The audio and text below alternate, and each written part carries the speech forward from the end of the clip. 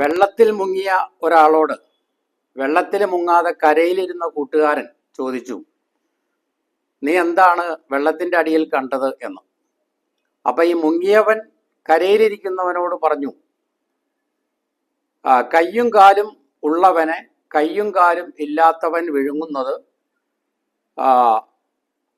തലയില്ലാത്തവൻ കണ്ടുകൊണ്ടിരിക്കുകയാണ് എന്ന് പറഞ്ഞാൽ നീർക്കോലി തവളയെ തിന്നുന്നത് ഞണ്ട് നോക്കിക്കൊണ്ടിരിക്കുകയാണ് എന്നാണ് ഈ ആള് പറഞ്ഞത്. പക്ഷെ അങ്ങനെ പറഞ്ഞാൽ അതിലുള്ള ജിജ്ഞാസയും കൗതുകവും ആലങ്കാരികതയും നഷ്ടപ്പെട്ടു പോകും എന്നുള്ളതിനാലാണ് ഇയാൾ ഇങ്ങനെ പറഞ്ഞത്. എന്ന് പറഞ്ഞതുപോലെ ഇപ്പൊ നമ്മുടെ ഉസ്താദന്മാരുടെ നേർക്ക് നേരെയുള്ള പേരൊന്നും പൊതുരംഗത്ത് ഉപയോഗിക്കപ്പെടുന്നില്ല. ഇപ്പൊ ഈ അടുത്ത ദിവസം പത്രത്തിൽ കണ്ടത് ലുബ്ബുൽ ഉലമ പദവി നൽകി സൽസലത്തുൽ ഉലമ ആദരിക്കുന്നു എന്നാണ്. ലുബ്ബുൽ ഉലമ പദവി നൽകി ഇന്ന ഉസ്താദിനെ സൽസലത്തുൽ ഉലമ ആദരിക്കുന്നു എന്നാണ് പത്രത്തിൽ വന്നത്.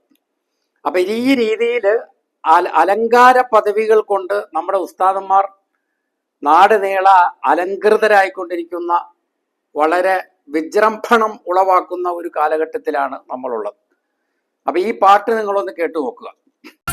അലങ്കാര പദവിയിൽ കളിയാടും ഞാൻ, അലങ്കാര പദവിയിൽ കളിയാടും ഞാൻ.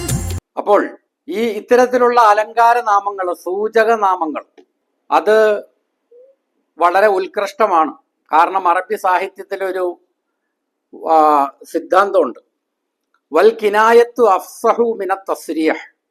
അതായത് വ്യക്തമാക്കി പറയുന്നതിനേക്കാൾ കൂടുതൽ സാഹിത്യ സമ്പുഷ്ടമായിട്ടുള്ളത് സൂചിപ്പിക്കലാണ്, സൂചനാനാമങ്ങൾ ഉപയോഗിക്കലാണ്.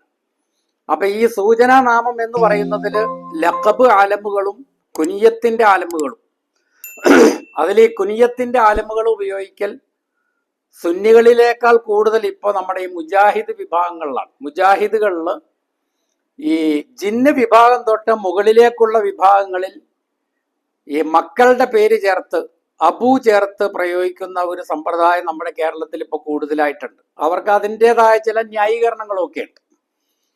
എന്നാൽ നമ്മുടെ സുന്നി വിഭാഗത്തിൽ കൂടുതലും ഈ ലഖബ് ആലമുകൾ, ഞാൻ ഈ പറഞ്ഞതുപോലെ ഫറാസത്തുൽ ഉലമ, അതായത് ഉലമാക്കളിലെ പൂമ്പാറ്റ, ഈ ആളാരാണെന്നുള്ളത് അറിയണമെങ്കിൽ നമ്മൾ വേറെ അന്വേഷിക്കേണ്ടി വരും. ലുബ്ബുൽ ഉലമ എന്ന് പറഞ്ഞാൽ ഉലമാക്കളിലെ കാമ്പ്, ഇങ്ങനെയൊക്കെയാണ് പേരുകൾ പോണത്.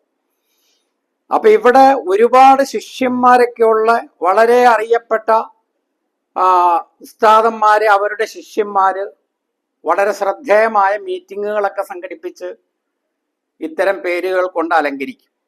എന്നാൽ വേറെ ചില ഉസ്താദന്മാരുണ്ട്, അവർക്ക് ശിഷ്യന്മാരൊന്നും ഉണ്ടാവില്ല.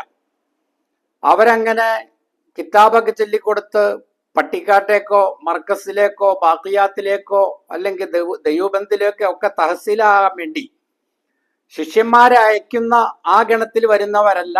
പക്ഷെ ശിഷ്യ സമ്പന്നരായ ഉസ്താദന്മാരെക്കാൾ പേരും പെരുമയും ഒക്കെ ഉള്ളവരായിരിക്കും അവർ.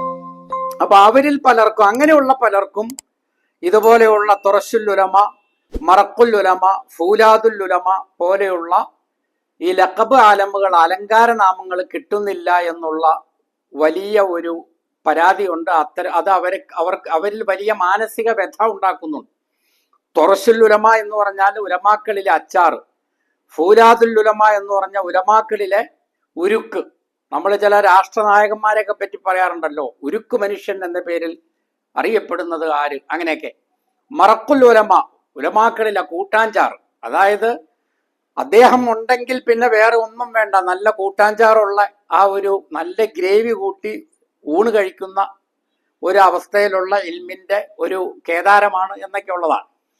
അപ്പൊ ഇങ്ങനെ ശിഷ്യന്മാരില്ലാത്ത ഉസ്താദുമാർക്ക് ഈ അലങ്കാര നാമങ്ങൾ, ഈ ലഖബ് ആലമുകൾ കൊണ്ട് അലങ്കൃതരാകുന്നതിനൊക്കെ വേണ്ടിയിട്ട്, അത്തരം അവസരങ്ങൾ അവർക്കൊക്കെ കിട്ടുന്നതിന് വേണ്ടി ഒരു എവന്റ് മാനേജ്മെന്റ് കമ്പനി അത് തുടങ്ങാനാണ് ഉദ്ദേശിക്കുന്നത്. അപ്പോ ഇപ്പോൾ നമ്മുടെ ആകാശത്തും അതുപോലെ ഭൂമിയിലുമുള്ള മിക്കവാറും പേരുകളൊക്കെ പല ഉസ്താദന്മാരും കൊണ്ടുപോയി. ഷംസുലുലമ, ഖമറുലുലമ, കൗക്കബുലുലമ, നജ്മുലുലമ, ബദറുലുലമ, ഏതാണ്ട് അതൊക്കെ തീർന്നു. പക്ഷെ പേരുകൾക്ക് നമുക്ക് ഇനി പഞ്ഞമില്ല. കാരണം 18,000 ലോകമുണ്ടല്ലോ, അതിൽ ആകാശവും ഭൂമിയും, ഇത് രണ്ടിലുമുള്ള പ്രതിഭാസങ്ങളുടെ പേരുകളെ തീർന്നിട്ടുള്ളൂ. അതിൽ തന്നെ ഇനിയും രംഗത്ത് വരാത്ത പലതും ഉണ്ട്. നമുക്ക് വേണമെങ്കിൽ ഒരു ഉസ്താദിനെ ആസിഫത്തുൽ ഉലമ, ഉലമാക്കളിലെ കൊടുങ്കാറ്റ് എന്ന് നമുക്ക് പേരിടാം. കാരണം അത് വലിയ കാര്യമാണല്ലോ. തങ്കാശിക്കാറ്റ് ഒന്ന് വിശിയടിച്ചാട്ടെ എന്ന് പറയില്ല. അപ്പൊ എന്ന് പറയുമ്പോൾ അങ്ങനെ കൊടുങ്കാറ്റായിട്ടുള്ള, ഇനി വേറൊരു ഉസ്താദിന് വേണ്ടി മന്ദമാരുതൻ എന്ന അർത്ഥത്തിലുള്ള അറബി വാക്ക് റാഷത്തുൽ ഉലമ, ഉലമാക്കളിലെ വെറിയൻ, വെറയൽ. അതായത് ആ ഉസ്താദിന്റെ പേര് കേട്ടാൽ അദ്ദേഹത്തിന്റെ ശബ്ദം കേട്ട ബിദഈ കക്ഷികൾ വിറച്ചു പോകും എന്നുള്ളതാണ്. വേറൊരു ഉസ്താദിന് അക്കാലുൽ ഉലമ, ഉലമാക്കളിലെ ഏറ്റവും മൃഷ്ടാന്ന ഭോജി എന്നുള്ള ഒരു രീതിയിൽ. അപ്പൊ ഇതിനൊക്കെ വേണ്ടിയിട്ടാണ് നമ്മൾ ഒരു എവന്റ് മാനേജ്മെന്റ് കമ്പനി തുടങ്ങുന്നത്. അപ്പൊ ഇവര് അനുയോജ്യമായ പേരുകൾ കണ്ടെത്തി ഇവർക്ക് നാമകരണം ചെയ്യും, ഇവരെ അലങ്കരിക്കും. ശിഷ്യന്മാരില്ലാത്തവർക്ക് വേണ്ടിയിട്ട് 2-3 ബസ്സിലെ ആളുകളെ ശിഷ്യന്മാർ ഇറക്കി പരിപാടി ഗംഭീരമാക്കി കൊടുക്കും.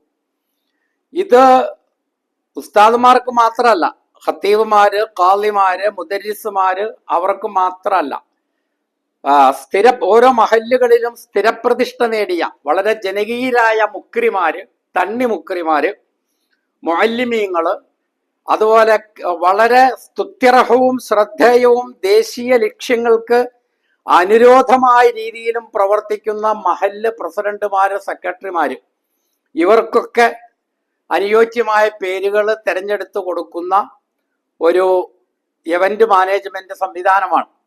അപ്പൊ അതിൽ എന്താണ് വേണ്ടതെന്ന് വെച്ചാൽ എല്ലാറ്റിനും കൂടി അർഹമായ ഒരു മബ്ലഗ്, ഒരു ഇന്നാലിന്നത് അതാരും അറിയാതെ നിങ്ങൾ ഈ ഏജൻസിയെ ഏൽപ്പിക്കണമെന്ന് മാത്രമേ ഉള്ളൂ. ഇത് ഈ കാലഘട്ടത്തിന്റെ ഒരു ആവശ്യമാണ്. ഇത് കിലിയത്തുൽ ഉലമ, ഉലമാക്കളുടെ കിഡ്നി എന്ന് പറഞ്ഞാൽ ഒരു കിഡ്നി മനുഷ്യ ശരീരത്തിൽ നിർവഹിക്കുന്ന ദൗത്യം എന്താണോ അത് ഈ സമുദായത്തിന് വേണ്ടി നിർവഹിക്കുന്ന ഒരു വലിയ പണ്ഡിത കേസരിയാണ് അദ്ദേഹം എന്നുള്ള രീതിയിലാണ്. ബുർക്കാനുൽ ഉലമ, ഉലമാക്കളിലെ അഗ്നിപർവ്വതം. അതായത് ഈ സമുദായത്തിന്റെ മൂല്യശോഷണത്തെക്കുറിച്ച്, ഈ സമുദായത്തിൽ സംഭവിക്കുന്ന ധർമ്മച്യുതിയെക്കുറിച്ച് ഇങ്ങനെ ഫിക്ർ ചെയ്ത് ഒരു അഗ്നിപർവ്വതത്തെ പോലെ പൊട്ടാൻ അടുത്തതായി നിൽക്കുന്ന ഒരു പണ്ഡിതൻ എന്നുള്ള നിലയ്ക്ക് അങ്ങനെയുള്ള പേരിടാം. ഇങ്ങനെ ഒരുപാട് സ്റ്റോക്കുകളുണ്ട്. അപ്പൊ ഈ രംഗത്ത് പരിഗണിക്കപ്പെടാൻ അർഹരായിട്ടുള്ള ആളുകൾ ആ അപേക്ഷകൾ സമർപ്പിച്ചാൽ ഞാൻ ഈ പറയുന്ന ഈ PR ഏജൻസി അല്ലെങ്കിൽ ഈ ഇവന്റ് മാനേജ്മെന്റ് കമ്പനി അർഹരായവർക്ക് വളരെ വർണ്ണശബളിമയാർന്ന ചടങ്ങിൽ വെച്ച് അർഹമായ നാമം അവർക്ക് നൽകുന്നതാണ്. ഇത്തരത്തിലുള്ള പേരുകളിലൂടെ അറിയപ്പെടുന്നതാണ് ഇനിയുള്ള കാലഘട്ടത്തിലെ ഒരു പ്രവണത, ഒരു തരംഗം എന്ന് പറയുന്നത്. കാരണം സാധാരണ പേര് എന്ന് പറഞ്ഞാൽ അതിപ്പോ ആരും ശ്രദ്ധിക്കൂല. ഇപ്പൊ നമ്മൾ ഈ മതപ്രസംഗത്തിനൊക്കെ നോട്ടീസുകളിൽ പേരുകൾ വരുന്ന ഉസ്താദന്മാരെ നമ്മൾ ശ്രദ്ധിച്ചാൽ മതി. അപ്പൊ അത് അറിയപ്പെട്ട ഉസ്താദന്മാരിൽ മാത്രം പരിമിതപ്പെടുത്താതെ അത് വളരെ വ്യാപകമാക്കുന്ന, കുറച്ചുകൂടി ജനകീയമാക്കുന്ന അത്തരം നാമകരണങ്ങളിലൂടെ കൂടുതൽ സംതൃപ്തി, ചാരിതാർത്ഥ്യം അനുഭവിക്കുന്നതിനുള്ള അവസരം കൂടുതൽ വ്യക്തിത്വങ്ങളിലേക്ക് പടർത്തുന്നതിനുള്ള, വ്യാപകമാക്കുന്നതിനുള്ള ഒരു സംവിധാനമാണ് നമ്മൾ ഉദ്ദേശിക്കുന്നത്.